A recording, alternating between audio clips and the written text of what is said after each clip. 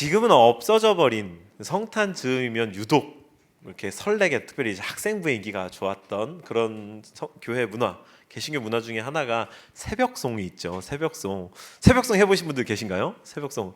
예, 따뜻한 기억들을 가지고 계신데, 아쉽게도 저는 새벽송은 경험해보지 못했어요.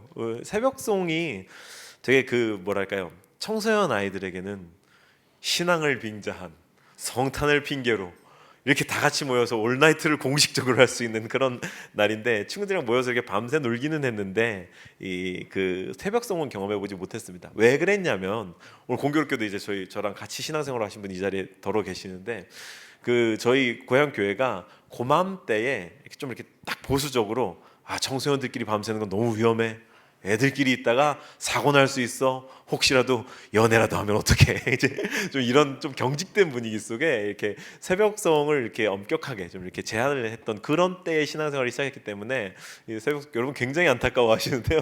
그 속에서도 이렇게 여러 가지 추억들을 쌓으면서 저간 그런 분위기 속에 새벽성이 좀 이렇게 경험되어지지 않았었습니다. 참 개인적으로 안타깝고 속상했던 적이 있었어요. 그런데요, 원래 온전한 의미는 이거였다고 합니다. 유래가 다양한데, 그리스도의 탄생의 기쁜 소식을 천사들이 제일 먼저 이렇게 전했고, 그 소식을 전했던 사람들의 그 기쁨을 우리가 누리는 것처럼, 우리가 그 천사처럼 예수 나심의 소식을 이웃들에게, 성도들에게 그 새벽에 찾아가서 전하자, 이런 의미에서 유래가 되어서 성탄을 알리는 새벽송으로 발전되었다고 그렇게 알았습니다. 그렇게 그런 이유를 찾아볼 수가 있었습니다. 이러한 아름다운 새벽송이 이렇게 없어지게 된 그런 안타까운 이유, 아마 저희 교회만의 일이 아니었을 겁니다. 다른 교회들도 그 마음때 즈음부터 이 새벽송 문화가 조금씩 없어지기 시작하다가, 급기야는 층간소음, 소음 민원, 그리고 좀 이렇게 기독교에 대한 안 좋은 이미지, 이런 것 때문에 점점 더 이렇게 경직되다가 나중에는 없어져 버리고, 지금은 하는 데를 찾기가 오히려 더 어려운, 하는 곳을 바라보는 눈길도 조금 이렇게 저 해도 되나? 저기서 이웃들이 안 좋아하지 않나? 이런 눈빛으로 염려스럽게 쳐다보는 그런 분위기가 만들어진 것 같습니다. 이렇게 없어진 이유가 씁쓸하고, 그와 동시에 시대적 현실을 인정할 수밖에 없는 게 또한 서운하다라는 말씀을 길게 드리면서 설교를 시작하는데요. 오늘 우리가 만난 본문이 말라기서죠. 말라기서가 이 말라기라는 이름의 한 선지자의 이야기로 보기도 하고요, 아니면 말라기라고 하는 대명사로 일컬어지는 사람들의 이야기, 그들에게 주어진 미션으로 보기도 합니다. 후자로 추측하는 이유는요, 여타 다른 선지서들이 이야기하는 것처럼 선지자의 족보나 그가 어떤 사람인지에 대해서 정확한 단서를 주지 않고 있기 때문이기도 하고, 말라키라고 하는 이 단어가 나의 사자, 나의 종이라고 하는 뜻을 갖고 있기 때문에 그런 종들에게 주는 전체적인 메시지, 전반적인 메시지가 아닐까, 그렇게도 생각을 한다 이 말이죠. 인물로 보든 그룹으로 보든 이렇게 대명사로 보든 어떻든지 간에 이 메시지의 어떠함은 우리가 받는데 크게 차이가 없을 것 같습니다. 그런데 중요한 것은 이 말라기가 선포된 시기, 그리고 그 시대적 배경일 텐데요. 말라기가 활동한 시기, 사람이라고 한다면 그 활동한 시기가 바벨론 유수가 끝난, 그러니까 바벨론으로 포로 잡혀갔다가 돌아온 그 시즌이었던 겁니다. 이스라엘이 귀환하고 아직 에스라 느헤미야의 개혁이 일어나기 전. 이게 무엇을 의미하냐면요, 포로 생활로부터 귀환은 했지만, 약속대로 왔지만 몸이 돌아온 것만으로는 온전한 회복이 일어나지 않았다라는 겁니다. 몸은 돌아왔는데 그쪽에 모든 문화에 말하자면 절어 있고, 그렇기 때문에 바벨론의 문화와 이렇게 이방 신들을 섬기는 문화, 여러 가지 문화가 이렇게 융합되어 있는 상태에서 이스라엘의 민족적 신앙적 순수성이 훼손되어진 상태라고 하는 말인 거죠. 약속대로 포로 생활은 마쳤지만 그들의 신앙적 민족적 순수성이 회복하기 어려울 정도로 훼손되어 있었고, 무엇보다 아브라함에게 하나님께서 약속하셨던 영원히 지키고 떠나지 않을 거야 라고 말씀하셨던 그게 거짓말처럼 치부되는 그런 분위기가 팽배해 있었던 거죠. 왜? 포로 잡혀가, 나라가 다 망했으니까, 포로 잡혀갔다가 이제 돌아온 딱 그 시기니까 하나님의 약속은, 이건 내가 보니까 약속이 잘못된 것 같아, 그렇지 않았으면 우리가 이런 역사를 맞이하지 않았겠어? 라고 하는 그런 의식이 팽배했던. 그런데 우리는요, 성경을 통해서 이 역사를 다 알고 있는 통전적인 시각에서 성경을 보니까 이스라엘 백성들이 왜 이렇게 믿음이 없었을까라고 생각을 하지만, 우리가 입장을 바꿔놓고 생각하면 그럴 만도 합니다.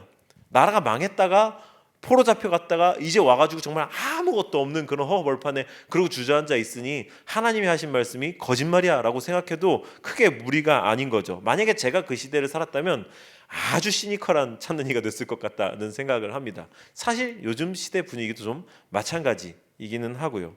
이런 배경 속에서 말라기서는 하나님과 이스라엘 백성 사이에 벌어지는 논쟁을 6가지 내지는 7가지로 실어두고 이것으로 인해서 하나님의 시각, 이스라엘의 시각의 차이를 분명하게 보여줍니다. 우리가 만난 본문은 그 모든 논쟁을 마치고 이제 결론격에 해당하는 마지막 장인 거죠.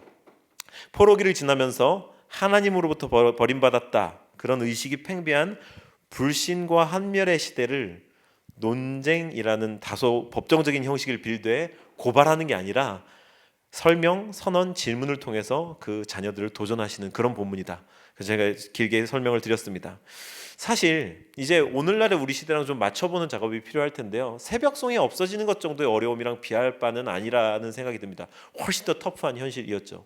근데 오늘날 우리가 신앙 문화를 포기해야 할 만큼 서로 믿지 못하고 적대하며 경계해야만 하는 현실은 하나님이 약속하신 축복, 그리스도인들이 꿈꾸는 유토피아와는 거리가 먼 것은 분명합니다. 이게 새벽송의 어떤 그 좀 이렇게 따뜻하고 포근한 이런 이미지와 그때 시대상 이거랑은 아주 많은 거리가 있다 하더라도 이것이 포기되어지는, 이것을 할 수 없어지는 사회적인 냉대와 그런 적대적인 분위기와 그때 당시 하나님을 적대하던 문화와는 감이 비슷해 보인다라는 생각이 듭니다. 특별히 성탄이라고 하는 이 개신교 최대의 추기를 맞이하면서는 우리가 이 말씀을 통해 오늘 점점 더 어두워져가는 이 불신, 환멸의 시대를 한 사람의 그리스도인으로 어떻게 살아야 하는가를 좀 나눠보고 싶습니다. 축원컨대 이 말씀을 나누고 난 후에 주님께서 주시는 이 하늘 소망으로 인해서 이 어두운 시대를 밝히는 우리 모두가 되기를 주의 이름으로 정말로 힘주어서 축복합니다. 우리 모두가 이 어두운 시대에 하나님의 말씀으로 세대를 밝히는 그런 사람들이 되기를 주님의 이름으로 축복합니다. 그래서 이 질문을 가지고 가보시죠. 불신과 환멸의 시대를 그리스도인으로 어떻게 살아야 하는지, 이 어두운 시대 가운데서 우리가 어떻게 성탄을 기뻐할 수 있을 것인가, 성탄절이라고 하는 특별한 이 시즌을 맞이하면서 우리의 그리스도인됨, 시대의 어두움 사이에 어떻게 이해를 해야 하는가, 그것에 대해서 생각을 해보자 이 말인 거죠. 성탄절을 어떻게 기뻐할 수 있습니까? 첫 번째로요, 정체성을 기억하면 우리가 기뻐할 수 있게 됩니다. 한번 따라해 주시죠. 정체성을 기억하면 기뻐할 수 있습니다. 우리 정말 성경이 그렇게 말하고 있는지 아니면 이 목사가 뻥치고 있는지 한번 1절부터 3절까지로 확인을 해보시죠. 1절부터 3절까지의 말씀 한번 읽어보겠습니다. 시작. 만군의 여호와가 이르노라, 용광로 불같 이르리니 교만한 자와 악을 행하는 자는 다 그 이르는 날에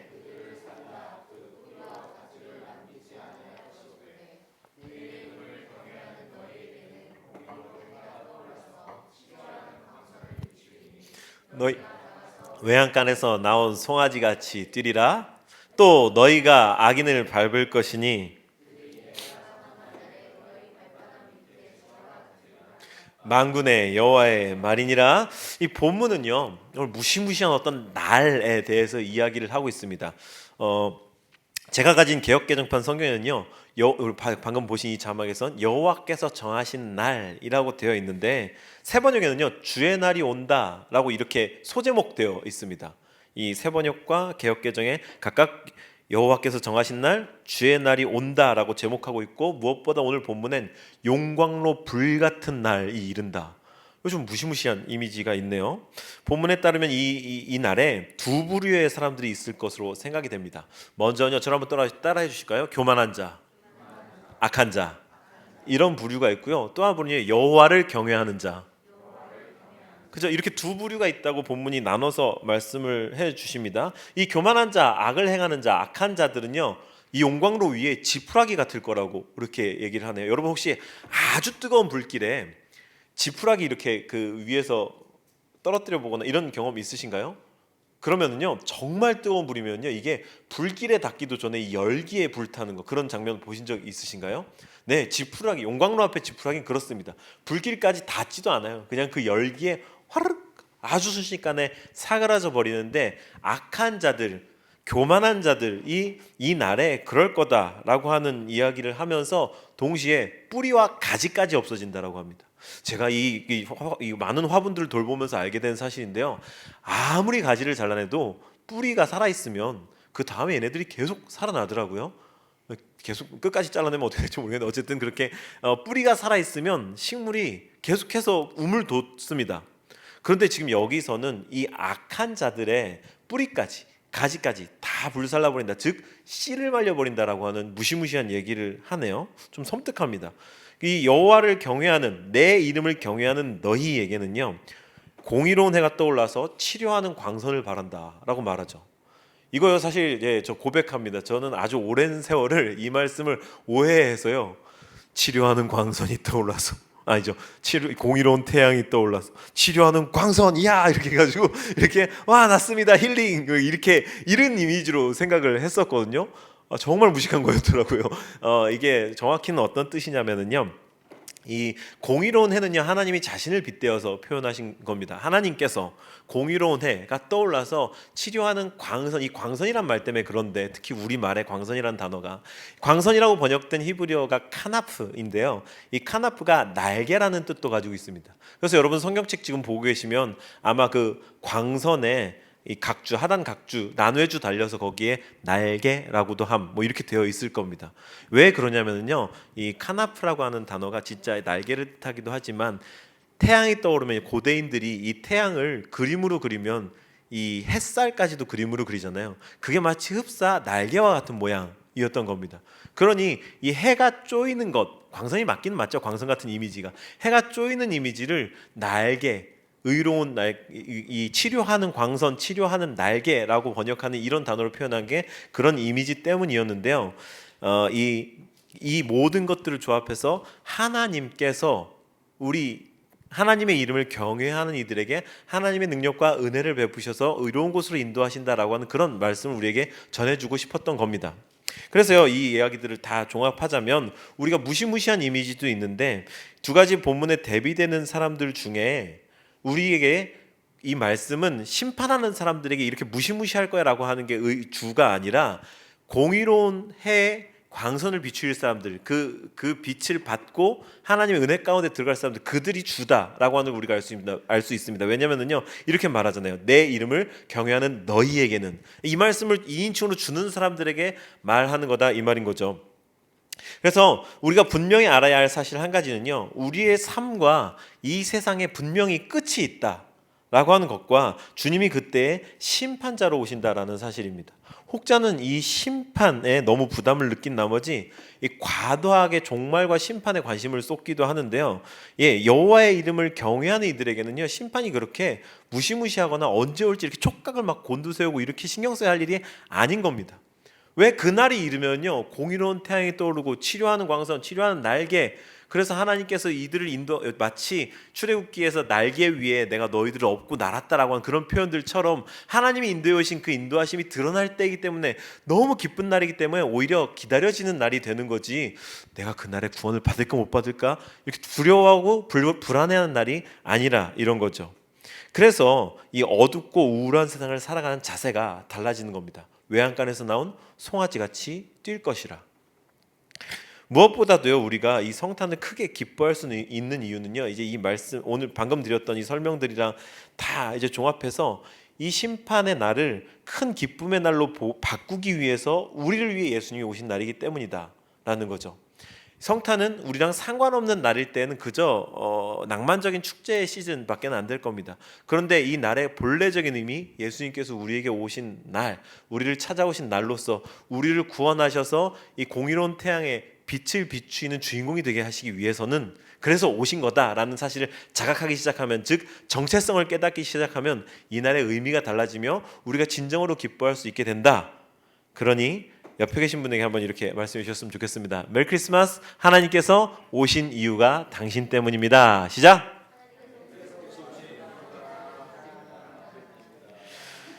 제가 목찬 때도 그렇게 목찬 때 이 한 가지 포인트에 집중해서 말씀을 드렸는데요. 하나님은요 우리를 목적하는 분이십니다. 할렐루야. 하나님 우리를 목적하는 분이십니다. 우리를 수단 삼아서 무언가 목적을 이루려고 하시는 분이 아니라 우리를 목적으로 이 땅에 오셔서 이 일을 이루시는 분이시다. 그러니 우리는 하나님의 목적인 겁니다. 제가 오늘 유난히 좀 긴장하고 좀 더듬더듬하지 않나요? 여러분 잠을 못 자면 사람이 이렇게 되는 것과 더해서요. 제가 이제 좀 이렇게 어린 시절을 같이 지낸 분들이 두루두루 평소에도 우리 두 집사님 계셨는데도 더 계셔서 오늘 제가 혹시 거짓말을 쓰지 않았을까 긴장되는 생각에 네, 하여튼 은혜로 들어주시길 바라고요. 드리고 싶었던 말씀이 이겁니다. 하나님이 우리를 목적하셨다. 두 번째로요. 이 시대에 우리 그리스도인들에게 말라기가 이웃을 사랑하면 기쁜 성탄이 된다라고 하는 아주 우리에게 피상적이고 당연한 이야기를 해주는데 정말 그런지 우리 4절을 읽어보겠습니다. 4절요. 시작. 너희는 내가 호렙에서 온 이스라엘을 위하여 내 종 모세에게 명령한 법 곧 율례와 법도를 기억하라. 하나님께서 호렙에서 모세에게 주신 법, 율례와 법도 이거를 기억하라라고 이렇게 말씀을 해주고 계십니다. 이 호렙이요 시내산과 같은 장소인데요. 호렙이라고도 하고 시내산이라고도 하는데 호렙이라고 할 때는 주로 언약을 강조하고요. 시내산이라고 할 때는 하나님의 임재, 거룩함을 강조합니다. 근데 여기에서 호렙이라고 했죠. 즉 뭘 강조하고 싶냐? 언약을 강조하고 싶다. 약속을 강조하고 싶다. 그 첫 이스라엘에게 율법으로 주셨던 모세를 언급하면서 율법, 율례와 법도를 지켜라. 그리고 내 언약의 연장선에서 이것을 기억해라라고 하는 이야기를 해주는 건데요. 언약 율법이 뭔가요? 하나님의 약속, 언약이 유효하다는 증거로서 이 언약의 당사자인 이스라엘에게 주어진 실천적 지침입니다. 실천적 지침. 이렇게 살아. 율법을 가지고 이렇게 삶을 살아야 돼. 하나님의 어떠하심과 인간의 어떠함 사이에 이렇게 행동을 해야 되는 거야 라고 주신 실천적 지침. 이스라엘은요 율법을 준수함으로써 그들이 하나님의 소유된 백성이라는 것을 증거하고 증명하고 기억했습니다. 그리고 하나님은 그걸로 인해서 영광을 받으셨죠. 이들의 도덕률이기도 하고 행동지침이기도 했던 겁니다. 율법을 준수하는 삶은요 정말 피곤하고 번거로운 것이었습니다. 이렇게 비교할 수 있을까요? 우리가 세금을 낸다는 게 부담되는 일이고 좀 때로는 부당하게 좀 많다라고 느껴지기도 하지만 그건 그 나라 국민들만의 의무입니다. 그죠? 그 나라 사람이 아니면 안 해도 되는 그런 거죠. 만약에 우리가 정말 미국 시민이 되고 싶다라 그러면 미국 시민으로서 세금 내는 것까지도 부러울 수 있습니다. 우리나라 사람들을 보면서 또 어느 나라의 누군가는 나 정말 저 나라 사람이 되고 싶어라고 생각한다면 우리가 세금을 내는 의무까지도 부러워할 수 있겠죠. 그게 흡사 말하자면 율법을 지키는 삶과 좀 비슷하지 않나? 저는 그렇게 생각해 본다 이겁니다. 율법을 지키는 것은 하나님의 언약 백성의 특권이었습니다. 그러니 언약 백성이 아니라면 지키지 않아도 된다? 언약 백성이라면 반드시 당연히 지켜야 한다. 율법은요 물론 예수님으로 인해서 완성되었기 때문에 우리가 구약의 이스라엘처럼 이 성경에 기록된 모든 율법을 다 지키지는 않아도 되지만 예수님께서 말씀하셨다시피 율법의 정신은 여전히 살아 있습니다. 율법의 정신, 율법 그 크고 첫째 되는 계명이 뭐라고 예수님께서 말씀하셨습니까? 하나님을 사랑하고 이웃을 사랑하는 것. 이 율법의 정신은 여전히 살아서 우리들에게도 전달되어지고 있고 하나님을 사랑하기 때문에 이웃을 사랑하는 게 우리의 특권이다 이 말씀을 드리고 싶다는 거죠. 하나님을 사랑하지 않는다면 이웃을 사랑하는 행위는 자기 의에서 비롯되는 자기 만족에서 그칠 수 있을 겁니다. 그런데요 우리가 하나님을 사랑하기 때문에 이웃을 사랑하는 것은 내가 하나님이 나에게 베푸신 사랑이 이러하기 때문에 그리고 하나님이 저들을 사랑하기 때문에 나도 사랑하는 거야 라고 하는 분명한 이유를 갖습니다. 특권이라고 표현했지만 사실 이 특권을 누리는 삶이 좀 피곤하죠. 안 해도 되는 것들도 해야 되고 저는 특히 또 이제 목사라는 것을 알고 있는 사람들에게는 좀 이렇게 행동도 많이 제약을 받습니다. 이게 좋은 표현인가요? 그런 일이 있었어요. 며칠 전에 눈이 좀 많이 왔잖아요. 근데 그 밤에도 제가 이렇게 설교 준비를 하느라 좀 늦게까지 여기 교회에 남아 있었는데 다 마치고서 나가는데 눈이 펑펑 내리기 시작을 하는 거예요. 근데 평소에 요새 날씨가 따뜻해가지고 바닥에 이렇게 안 쌓이고 다 녹았는데 이게 웬걸 쌓이기 시작하네요. 근데 우리 교회 앞은 깨끗해요. 잘 녹아요. 내리자마자 잘 녹는데 이렇게 뒤로 돌아갔더니 우리 여기 아래 이웃인 우리 중국집 앞에 이렇게 좀 눈이 제법 쌓이기 시작하는 거예요. 그래서 정말 너무 피곤했거든요. 빨리 가서 자고 싶은데 그때 말씀을 준비하는데 딱 여기쯤이었어요. 여기쯤 준비해놓고 이렇게 집에 가려고 나갔는데 눈이 쌓이는 걸 보고 차에 타려고 그러니까 왜 이렇게 가식적인 것처럼 느껴지는 거예요, 제가. 그러니까 내가 이웃을 사랑하라는 얘기를 해놓고 내일 아침 되면 이거 이만큼 쌓일 거 뻔한데, 그래서 저는 제가 이 동네에서 좀 부지런하게 돌아다녔기 때문에 염화칼슘도 이렇게 얻어다 놓고 좀 이렇게 몇 가지 제설 대책을 마련해 놨는데, 우리 여기 사랑하는 사장님은 이제 전혀 그런 거에 감이 아직 없으셨거든요. 그래서 작년에도 좀 이렇게 도와드리고 했는데 그게 이제 뻔히 보이는 거죠. 내일 이렇게 비탈길이고 좀 어렵지 않을까? 그래서 정말 힘든데, 여러분 제가 지금 자기 의를 자랑하려고 그러는 게 아니고요. 저에게 이런 적용이 되었다라는 경험담을 나누는 거니까 양해해 주시길 바랍니다.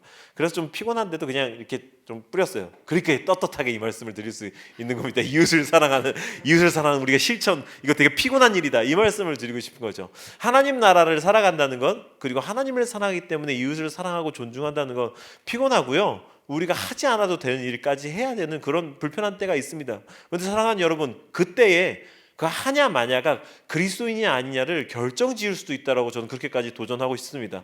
여러분, 불편하지만 내가 해야만 하는데라는 마음의 부담이 생기는 일, 이 성탄 시즌에만이라도 해봅시다. 그렇게 이웃을 향한 사랑을, 하나님을 사랑하기 때문에 한번 드러내보자 이거죠. 그것을 오늘 저는 오늘 의수되느라, 오늘 이 자리에서 의수되느라 모든 상급을 까먹었지만, 여러분은 그렇게 하나님의 뜻을 실천해보는 그런 삶으로 한번 살아보자 라고 도전을 드리는 거죠. 율법의 정신은요, 너만 특별해, 난 너를 구원하기 위해 이 땅에 왔어, 그러니까 너만 잘 되면 돼, 너만 구원하면 돼, 그게 아니라, 그게 예수님의 사랑이 절대로 아닙니다. 나를 위해, 나만을 위해서 오신 건 맞지만 그 나만 구원함으로 인해서 모든 예수님의 사역이 끝난 게 아니라, 구원하신 나로 인해서 하나님 나라가 이 땅 가운데 임하는 것, 하나님 나라 사랑이 이 땅 가운데 널리 전파되는 것, 할렐루야. 그게 예수님께서 이 땅에 오신 성탄의 참된 의미이다. 그러니까요, 우리는 이로써, 이웃을 사랑함으로써 너희는 나의 백성이 되고 나는 너희의 하나님이 된다라는 상호 약속이 드러나기를 원하시는 분이시다. 그러니 그렇게 실천을 해보자라는 도전을 다시 한번 힘주어서 드립니다. 마지막으로요, 이 시대 그리스도인들에게 말라기는 다음 세대를 섬기는 것으로 기뻐할 수 있다, 이 성탄을 기뻐할 수 있다라고 하는 좀 엉뚱한 것 같은 이야기를 주는데, 왜 이런 얘기를 하는지 말씀을 통해서 우리 한번 확인을 해보시죠. 먼저 5절을 한번 봅니다. 5절 함께 있습니다. 시작. 보라, 여호와의 크고 두려운 날이 이르기 전에 내가 선지자 엘리야를 너희에게 보내니. 갑자기 생뚱맞게 웬 엘리야? 생각해 보시죠.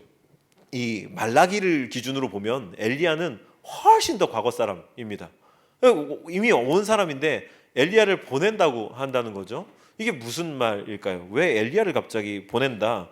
일단 엘리야 하면 우리에게 가장 먼저 떠오르는 건 400대 1로 맞짱 떠서 이긴, 그죠? 제단에 불을, 심지어 물까지 부었어 막 그랬는데, 그 제단에 불을 내려서 바알의 선지자들과 대결해서 이긴 선지자. 그런데요, 이스라엘 사람들에게, 유대인들에게 엘리야가 가는 이미지는요, 이것보다 좀 더 강렬한 이미지가 있었는데, 그게 뭐냐?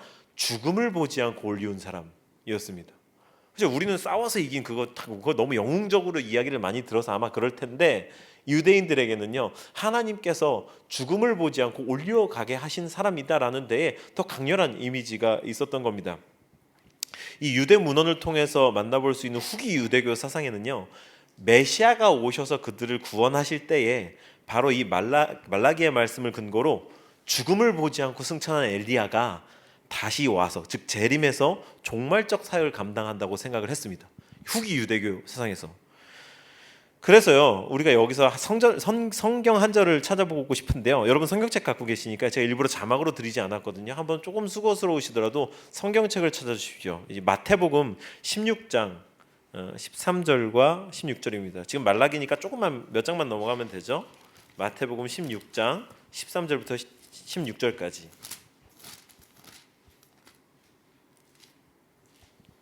마태복음 16장 13절부터 16절까지. 16장 13절부터 16절까지 함께 읽어보실까요?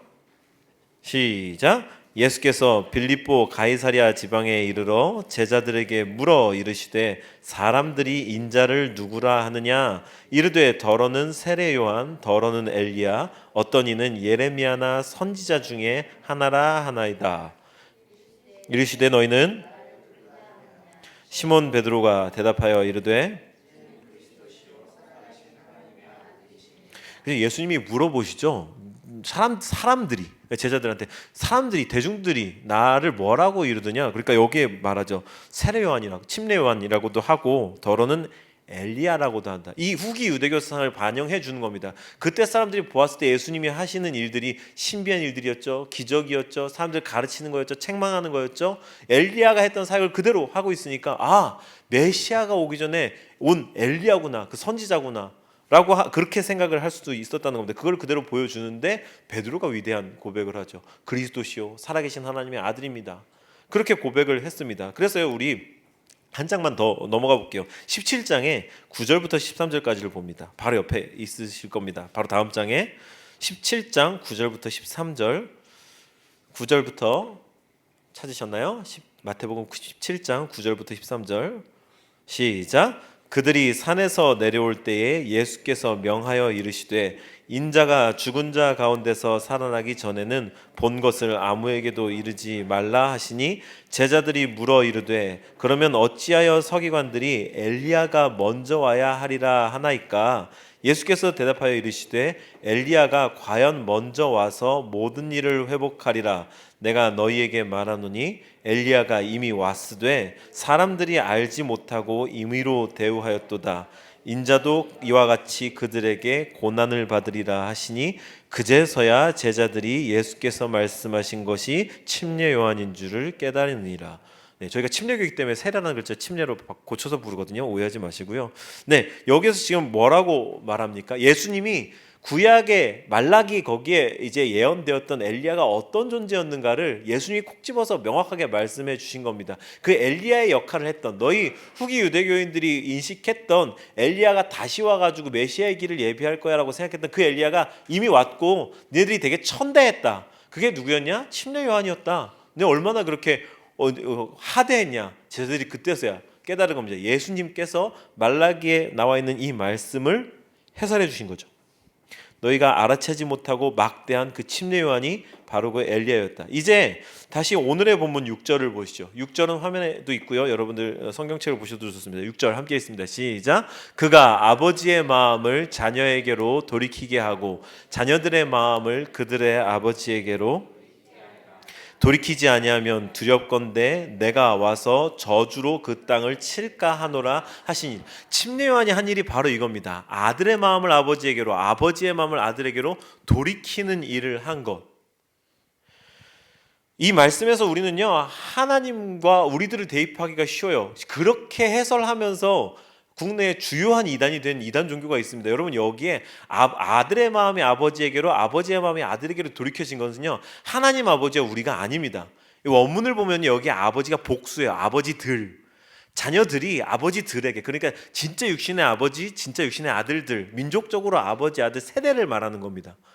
그래서 여기 이 가족 관계, 혈연 관계, 세대, 혈연 공동체, 민족 공동체, 이스라엘이 회복되어진다. 마음을 돌이키게 한다. 서로 이 자녀에게로 마음을 돌이키고 자녀의 마음이 아버지에게로 돌이키고, 즉 서로가 서로에게 회개하게 되는 것.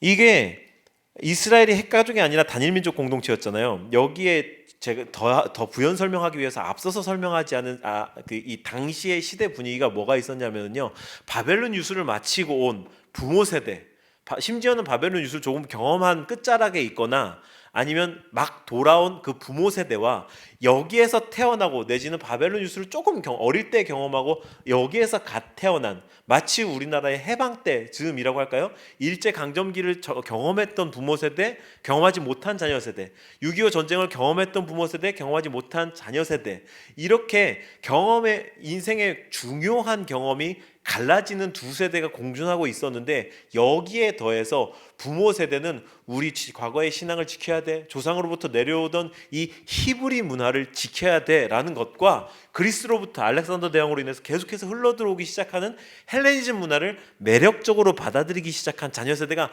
부닥치기 시작하면서 세대 간의 갈등이 극심하게 일어났습니다. 그러니 말라기가 이야기하는 이때 당시에 아버지와 자녀들의 세대에 서로가 서로를 향해서 돌이키게 되는 이 세대 간의 화합은 정말로 중요한 이슈였던 거죠. 이 시대적으로. 이제 이것을 우리들의 시대에까지 가지고 와서 생각을 해보면요, 우리가 정말로 자녀 세대와 부모 세대가 서로 반목하는 아주 뭐랄까요, 이 심각한 그런 시대에 살고 있지 않습니까? 이 말씀은 오늘날 우리에게 정말로 꼭 맞는 그런 시대 배경을 가진 말씀이다, 이거입니다. 이 부모 세대와 자녀 세대 간의 가치관의 충돌, 세대 갈등이 심각한 그런 요즘, 그렇기 때문에 침례 요한이 했던 것과 같은 사역, 그것을 누가 감당을 해야 되냐? 이 시대의 그리스도인들이 감당을 해야 된다, 이 말입니다. 침례 요한이요, 세대 간의 갈등, 이 예수님에 앞서서 모든 세대를 봉합하는 그런 말씀 사역, 세대를 봉합하는 사역들을 했고 책망하고 회개케 하는 그런 사역들을 했는데, 오늘날 이 시대, 이제 침례 요한도 없고 예수님도 안 계신 오늘날 이 시대, 그런 사역들을 예수님께서 누구에게 위임하셨냐? 그리스도인들에게 위임하셨다. 그리고 그 그리스도인들이 누구냐? 오늘 이 자리에 앉아있는 바로 우리들이다. 이제 우리들에게는 큰 책임이 맡겨져 있는 겁니다. 그리스도의 탄생을 기뻐한다는 것에 참 의미를 아는 사람들이야말로 세대와 세대 사이의 갈등을 봉합할 수 있는 열쇠를 쥐고 있는 사람들이다, 이 말입니다. 그냥 자기 세대의 어떠한 만을 주장하는 것, 이기적으로 자기의 어떠한 만을 주장하는 것은 이 시대 사조입니다. 남을 업신여기고 자기가 가진 가치를 최고로 여기고, 하지만 주님 말씀하셨죠. 우리 성경은 이렇게 가르치고 있죠. 나보다 남을 더 낮게 여기고. 이제 설교를 마치려고 하는데요, 오늘 좀 어렵게 설교를 끌고 왔는데, 이 성탄에 예수님이 왜 오셨을까? 우리 그거를 다시 한번 더 진지하게 생각을 해보시죠. 우리를 구원하려고, 우린 딱 예수님이 왜 오셨습니까? 이걸 딱 정답처럼 가지고 있죠. 우리를 구원하려고 오셨습니다. 예, 맞죠. 그런데 그건 너무 자기중심적이고 초보적인 단계 아닐까? 우리 한 걸음 더 나가서 생각을 해보자라는 거죠. 하나님으로부터 버림받았다 라고 생각하는 이 시대적인 정신, 제가 앞서서 처음에 오늘날의 우리의 현실과 맞추는 이 세팅에 좀 미숙했던 것 같은데, 하나님이 우리를 버렸어, 하나님은 죽었어 라고 생각하는 게 이 시대의 아주 뭐랄까요, 힘 있는 사조 중에 하나죠. 하나님은 없어. 무신론자들이 힘을 얻고 있고, 이 그리스도교 신앙을 비롯해서 신앙이라고 하는 것이 쓸데없는 것, 불필요한 것, 비과학적이며 비이성적인 것으로 치부되는 시대를 우리가 살고 있죠. 그런 시대에 성탄절도 계속해서 도전을 받고 있습니다. 메리 크리스마스 대신 해피 할리데이 인사하자고 이야기를 하는 사람들이 있고, 그냥 행복한 휴일, 행복한 그런 날입니다 라는 정도의 인사로 대신하려고 하는 것들, 작지만 크리스마스, 그리스도께서 주인공이 되신 의미가 퇴색되어지는 요즘이라는 건 아마 여러분도 공감하시리라고 생각됩니다. 이럴 때에 우리 역시 나만을 위해 오셨어, 우리 교회 울타리 안에 있는 그리스도인들 위해 믿는 자들 구원하신다고 했으니까 우리에게만 기쁜 날이야 라고 딱 철옹성처럼 쌓아올린 벽 안에 갇혀 있을 것이 아니라, 이 벽을 넘어서서 저들이 왜 하나님이 없다고 생각하며 하나님이 자기들을 버렸다라고 생각을 할까? 왜 말라키가 활동했던 그 시대처럼 생각하고 있을까? 한 번 더 내다보고 한 번 더 마음을 쏟으면서 우리의 하나님이 그들의 하나님임을 나눌 수 있지 않을까? 이제 그 초보적인 신앙에서 벗어나서 정말로 세상의 소망이 예수가 되실 수 있도록 예수님의 다시 오심에 대해서 말해야 됩니다. 누군가에게 가서 이 기독교 교리를 정성스럽게 설명해라는 것이 아니라, 오늘 나눴던 이 세 가지 포인트를 가지고 한번 살아내보자 라고 하는 말씀을 드리는 거죠. 주님은 심판주로 오실 겁니다. 이 세상은 영원하지 않고 반드시 결산해야 될 날이 있을 것이며, 그날 우리가 살아오면서 행했던 모든 종류의 일들도 심판을 받을 것이며, 특별히 우리의 영혼의 주인이 누구신가에 대해서 분명한 질문을 받게 될 것이란 말이죠. 그래서 우리는 종말론적인 삶을 반드시 살아야 하는 겁니다. 이 엄중한 메시지, 이 세상에 끝이 있다, 분명히 세상이 심판받을 거다라고 하는 메시지를 전하려면, 누군가에게 이야기를 하려면 우리 먼저 스스로를 향해서 분명한 자기인식, 정체성과 하나님 나라 누림이 있어야 하며, 그것을 통해서 흘러나오는 이웃들을 향한 사랑과 유익이 있어야 할 것입니다.